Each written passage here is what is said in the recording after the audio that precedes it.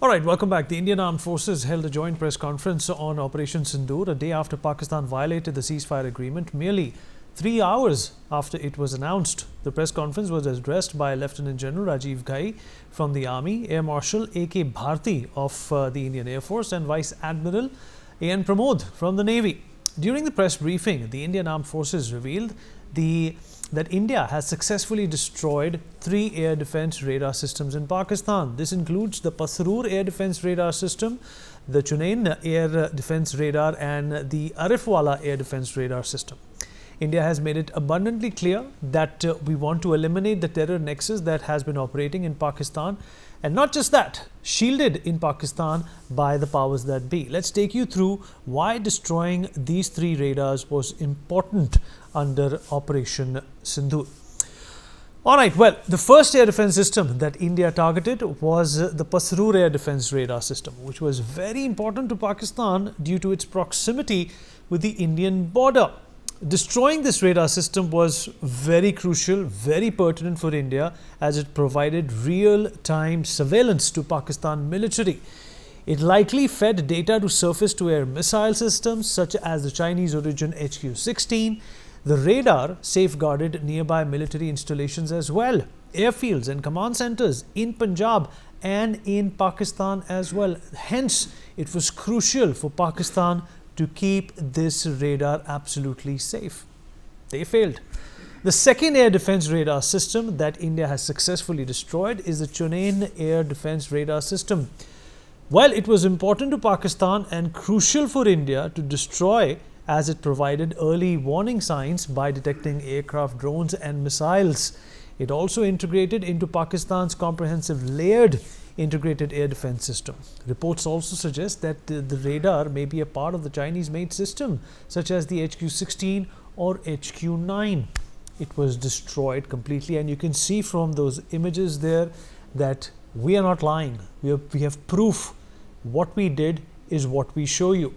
The third air defense radar system successfully destroyed by India is the Arifwala air defense radar system. This was a crucial target for India, folks, due to its proximity to Lahore, which is also just a few kilometers away from Amritsar. Arifwala provided surveillance west of Punjab, tracking incoming aerial platforms, including aircrafts, drones and missiles. It was absolutely crucial to them. Without this, the Pakistani military and air force was blinded. They were in fact running into poles and pillars blindfolded. We'll talk about this and what did this mean for India and how tactically, strategically India gained the upper edge by destroying their military installations, something that Pakistan has spent decades investing in. Ambassador Pradeep Kapoor, former diplomat, with me on the program. Pathikrit Pine, geopolitical expert, also with us on the show. Major General Shashi Asthana, defense expert, is also joining us on the program. Wing Commander S. Sudhakaran, defense expert, is also with us on the broadcast. Thank you, gentlemen, for being here. General Asthana, well, I'm sure you saw the press conference that just concluded a few minutes ago. India has gone on to show to Pakistan, and I also believe that they had their own press conference somewhere around 8 p.m. It has been deferred now, it's been procrastinated because they obviously have to cook up more lies in response to what the Indians said.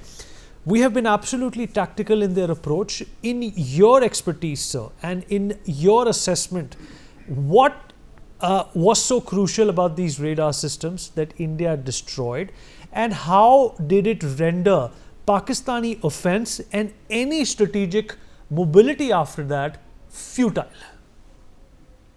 Firstly, your specific answer to your specific question.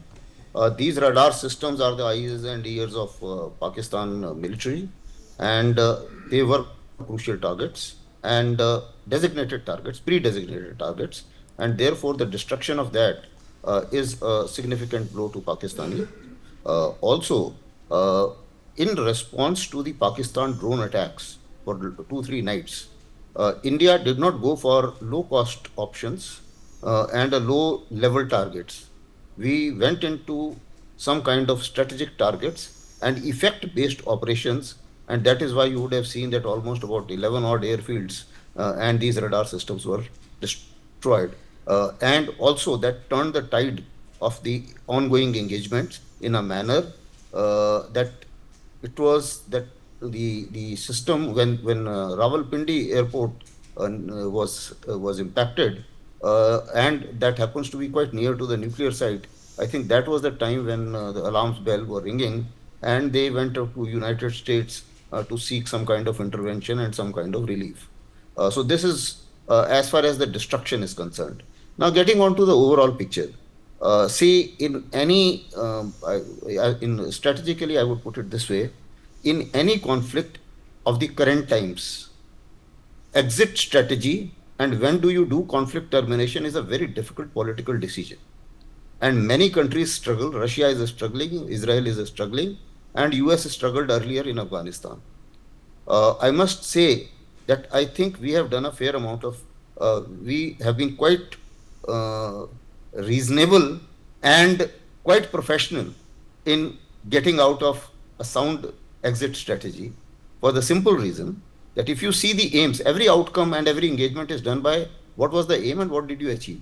The aim was very well laid out and specified that it is against the against the terrorist infrastructure and people who propagated Pahalgam terror attack and other terror attacks earlier.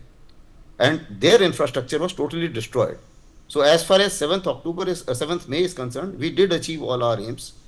Thereafter, it was a response to their low-level drone attacks, followed by the missile attacks. And there also, I think we responded with effect-based operations, which were quite a blow to Pakistan. Now, thereafter, any request by Pakistan and a call to our DGMO was a good chance for an exit strategy in a manner that when we fight, let's say hypothetically, if had we continued, either it would have gone nuclear or we would have continued on conventional note as long as it takes something like what was happening in Afghanistan with no major gains. Because at the end of the day, you cannot finish terror just by if Americans couldn't do it in Afghanistan, there is no way that we would have been able to do after 10 years in Afghanistan. But there will be criticism for two things. One is the strategic communication. The strategic communication criticism is that perhaps had we declared after DGMO talk, had we declared the ceasefire first on our terms, well before the United States President tweeted, it would have been a different story. The criticism came after that because people felt that perhaps it is US dictated kind of ceasefire and maybe that we were on a high and therefore we went in for it. Now I think we did a fair amount of work to clarify things and whole day I think with various statements Indian government tried to clarify it. Had we done a proper strategic communication at a proper time, I think this clarification may not have been required to the extent possible. But overall, I am quite satisfied with the way our armed forces reacted, and it is not over. The Operation Sindoor is not yet over. The non-kinetic options are still in place, and we are also ready to respond should Pakistan still behave irresponsibly. Vineet. But Pathikrit, is Pakistan going to take that chance? From what we are hearing through sources and of course through a number of platforms across media echelons is the fact that Pakistan realized that they are at no stance to go against India aggressively as they had hoped to, and the only option they perhaps would have been left with is the nuclear option, and that too would have been neutralized by India in some way or the other. And of course the terrorist organization which Pakistan itself has helped create would have taken over and used those tactical or non-tactical nuclear weapons to Pakistan's disadvantage. And that is why the desperate call by the DGMO yesterday at 3:35 p.m. and the cessation of hostilities at 5, the apparent cessation of hostilities at 5. No, Vineet, it's not that suddenly the Pakistanis have become very concerned about what would happen to our nuclear weapons, if it falls in the hands of the terrorists.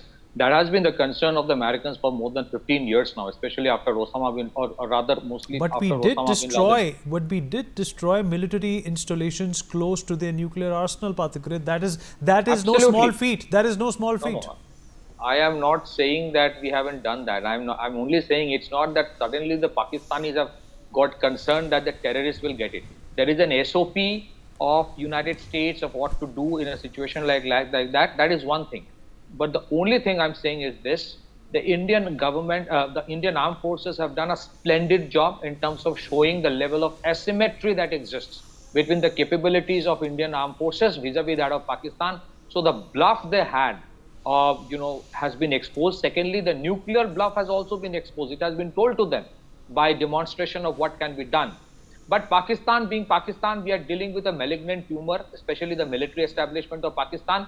If we presume, and I don't think the government has any illusion about it, that Pakistan will mend itself, they will not. They will find other means to do something, even including the terror options. That cannot be ruled out. Look at what they tried to do probably within 2 hours after the ceasefire was announced. One may say that some rogue local commander may have done it, but swarm drone attacks required specialists, and it was happening across the spectrum from Gujarat to Jammu. So I think they will only buy some time. They will try to heal, recover, replenish, and do the needful again from their perspective. So I think that's the reason the Operation Sindoor has not been called off. And I think we know where has to be done. As I completely agree with General Asthana, maybe there can be some debate whether one more day should have been given to the armed forces to do a little more. But it's always a challenging decision to exit a conflict. That is a very politically challenging decision. But let me tell you, the threat of terrorism is not over. And the potential possibility of Pakistan using a third country in our neighborhood, probably in the eastern neighborhood, which is right now in a very boiling situation. You can name that country. Why aren't you naming that country? Oh, yes, it is Bangladesh. No, I'm not cagey about naming it. It is Bangladesh. We have a huge threat from the eastern part of India, which is Bangladesh. And there is also a threat from the 0.5 front. So when we are talking about a full-fledged conflict, it is not just about dealing with Pakistan in a kinetic conflict. There are other means, and there is an internal issue that has to be equally addressed. So for the government of India, it is only the beginning of the conflict. It is not the end. And I think everybody in the government, in the armed forces are equally aware of it. That's why, you may call it just an SOP. All the paramilitary and central police forces and every government were sent clear-cut instructions of what is to be done. The internal challenges or the challenges of the 0.5 front or the terrorists coming via Bangladesh, especially the kind of rogue elements that were released from jail. And remember, the ISI people actually went near the chicken neck. They were taken by Bangladesh government in the recent past.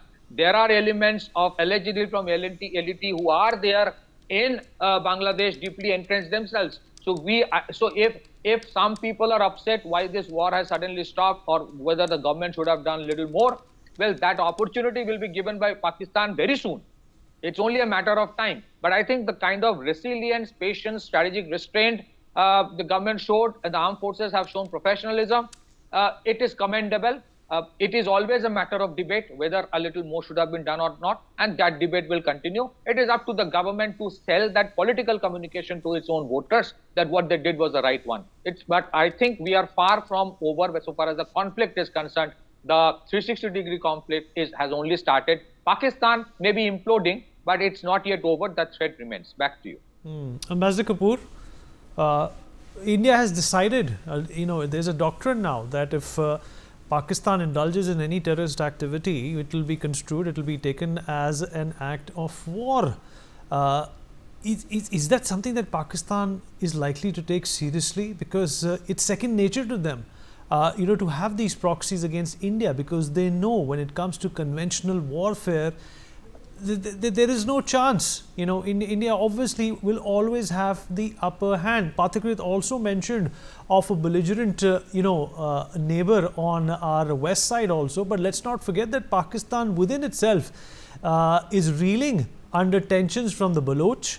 The Sindhis want to separate from them. The Pathans, the Pashtuns, Khyber Pakhtunkhwa, they all want to separate from Pakistan. It's only Punjab that is holding on to the predominant part, I should say 60 or 70% of Pakistan. How can India leverage that?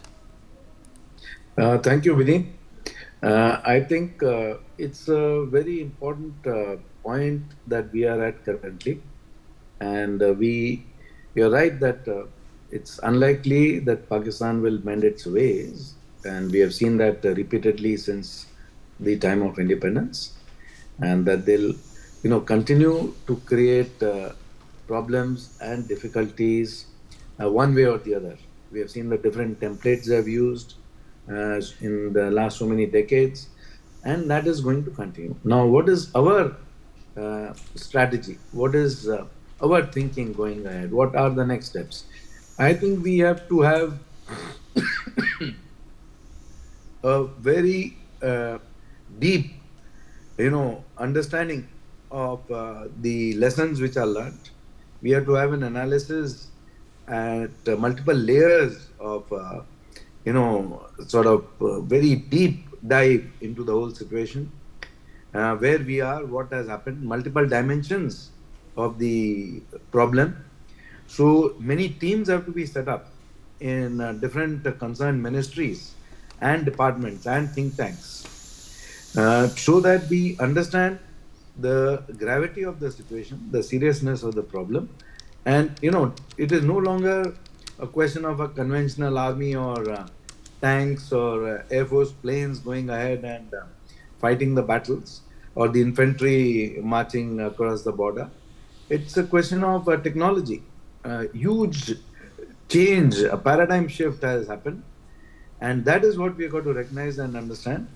Defense technology has changed completely. It's upped the ante completely. It's changed the entire parameters of warfare.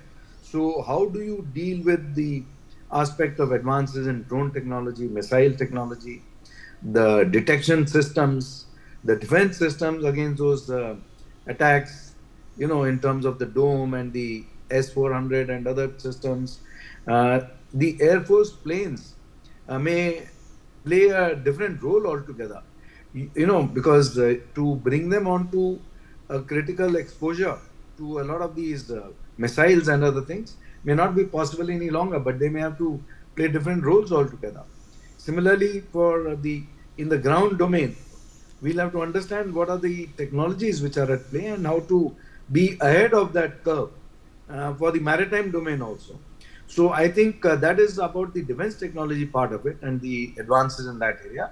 Similarly, at the diplomacy level, we'll have to have multiple teams and multiple assessments of what happened, what transpired, what needs to be done for the future, how to cope with such a situation in the future, so that we are not behind the curve, we are not following the incident. We are sort of dealing with it. We have already strategized before the incident happens at the bilateral levels with various countries, at the regional levels, at the multilateral levels, and similarly with the development banks like the IMF and the World Bank, with the UN for declaring it a terrorist state, with the Commonwealth for suspending its membership. So all these aspects are very, very important in my opinion. We need to take stock. We need to sit back and reflect and pause, and not just carry on with this narrative that we have taught them a lesson and now everything is going to be hunky-dory for the future. The nuclear policy doctrine also probably needs a lot of analysis, whether it will continue to be no first use doctrine or doctrine of use on warning. The 0.5 is no longer 0. Earlier it was 2.1 front, we used to call it. Pakistan, China, and 0.1. Then I sort of kept on repeating it's no longer 0.1. It has to be upgraded to 0.5, and then it became 2.5. And now I think it's no longer 0.5, it's almost 1.1. So, and with Bangladesh coming in, it's almost like a 4.1 war with Bangladesh, China, Pakistan, and 1.1 internal. So, what is your strategy ahead with so many different challenges, with technology moving very fast? We have seen that, even in the Gaza-Palestine-Israel war, technology is playing a big role. But even with technology, they are not able to come to a successful conclusion, as some of the other panelists have mentioned, after a long time.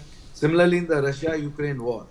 So the entire field has changed completely. We have to recognize that, we have to acknowledge that, we have to understand that, and have, not only in the army academies and the other training academies of the defense services, and also in the other, various organizations which are there.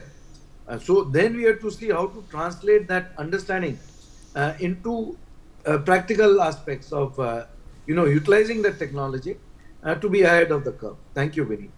Absolutely. Wing Commander Sudhakaran, in fact, of all the air bases that India struck, it was the Noor Khan Air Base at Rawalpindi which seems to have done the trick. You know, it's not confirmed, but that is a very sensitive airbase for Pakistan. It's close to their nuclear installations as well. The Americans were called up after that, is what we are learning, to tell them that India has crossed a line, and that's when Pakistan decided to stop. But from what we have heard so far, India has been absolutely calibrated in its response. India has been tactical, mature, and measured in the way they wanted to tell Pakistan when to stop and how to stop. Do you think Pakistan will pay heed to this and, you know, not continue in this disproportionate warfare? See, it's a very complex situation that we are in. We need to understand that. You know, why is India treading with such caution? You know, the answer lies in a very deep understanding of war. Major General Asthana did talk about one aspect of that, which is about knowing when to get out of it. That's very important. So it is not just an act of force, but you know, when we get into war, it has got far-reaching consequences. I would like to draw your attention on a study which was done in 2019 by some scientists called Alan Robock, Owen V. Toon, and others. This is a published study by Routledge. You know, it talked about the impact of a nuclear apocalypse on the subcontinent, right? And it talked about a major terror attack, and surprisingly, the year was 2025.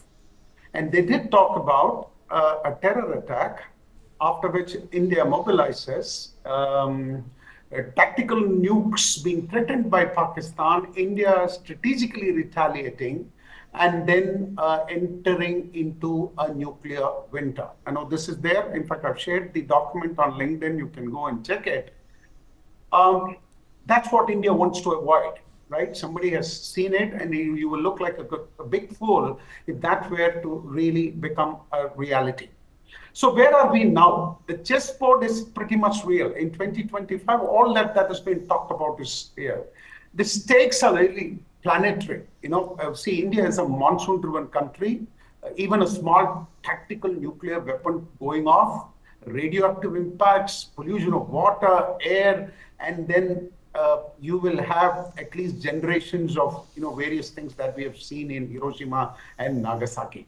So that is why, to me, India is showing a certain strategic duality, I would call.